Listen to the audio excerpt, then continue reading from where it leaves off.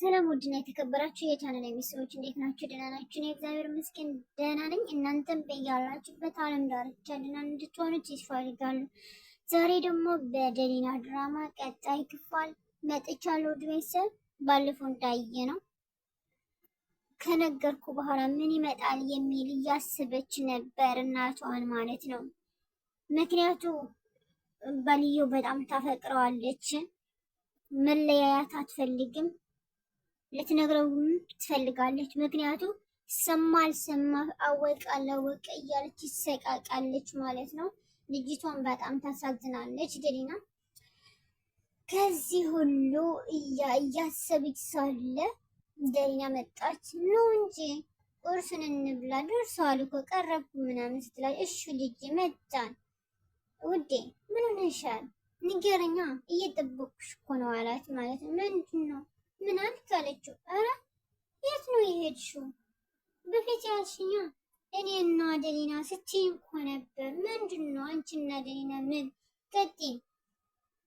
ኧረ ምንም በቃ እኔና ደሊና ምሽት እራት ሰርተን እንጋብዛሃለን ነው ያልኩት ያለት ነው።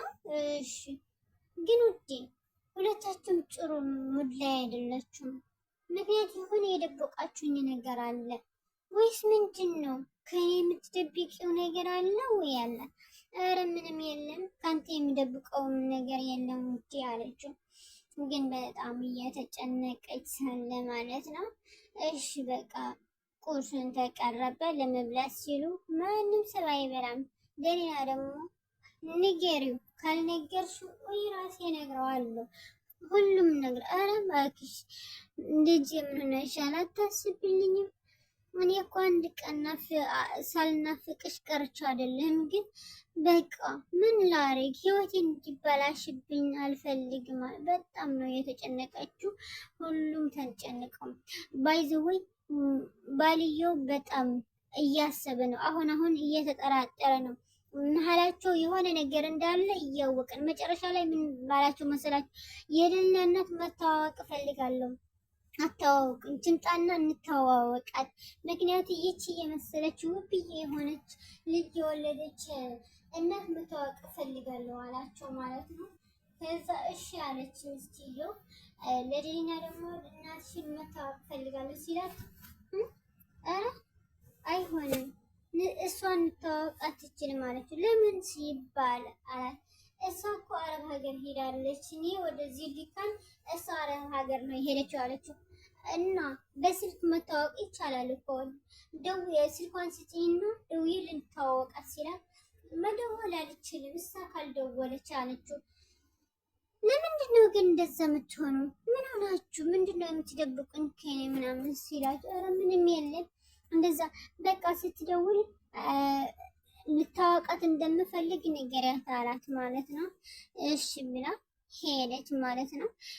ግን በጣም እየተጠራጠረ ነው። የሆነ ነገር እንዳላቸው እያወቀ ነው ማለት ነው። ግራ እያጋቡት ነው። ምክንያቱ ሲያስብ የሆነ የተደበቀ ነገር ያላቸው እየመሰለው ነው። እውነትም ይታወቃል። ከዛ ዝም ብሎ እዛ መኝታ ቤቱ እያሰበ ሳለ፣ ውዴ ምን ሆነሃል? ምንድን ነው የምታስበው? አዎ አስባለሁ። ሁለታችሁ ምንድን ነው እየደበቃችሁ? ምንድን ነው ከኔ የተደበቀው ነገር አላት። ኧረ ውዴ ምንም የደበቅኩ ነገር የለም፣ ምንም ነገር የለም አታስብ አላቸው።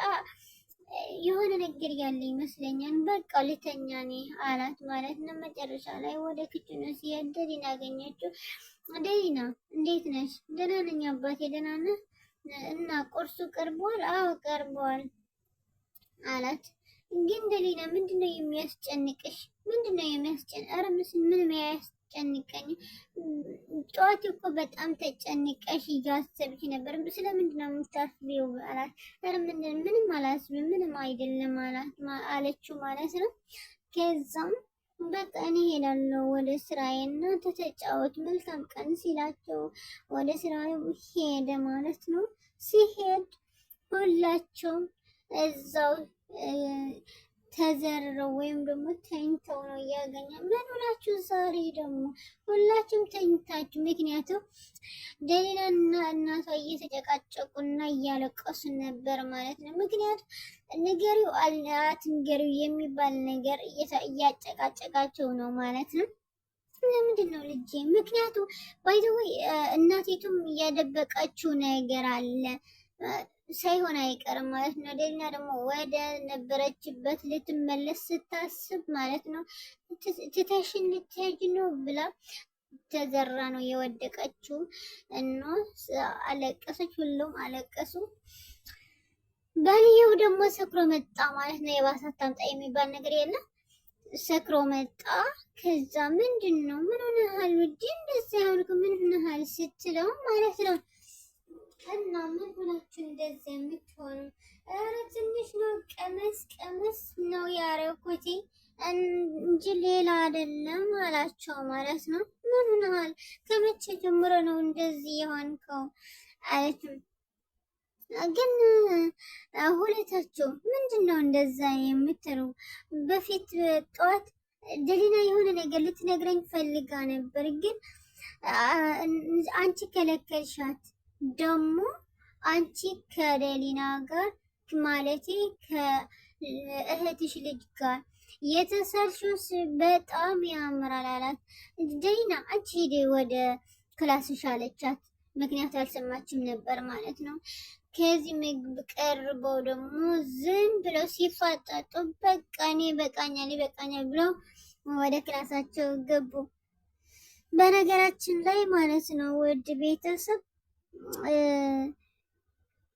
ባልየው በጣም እያሰበ እየተጠራጠራቸው ነው። ምንድን ነው እዚህ ቤት እየተካሄደ ያለው ምንድን ነው እያለ ነው። መጨረሻ ላይ ምን አለች መሰላችሁ?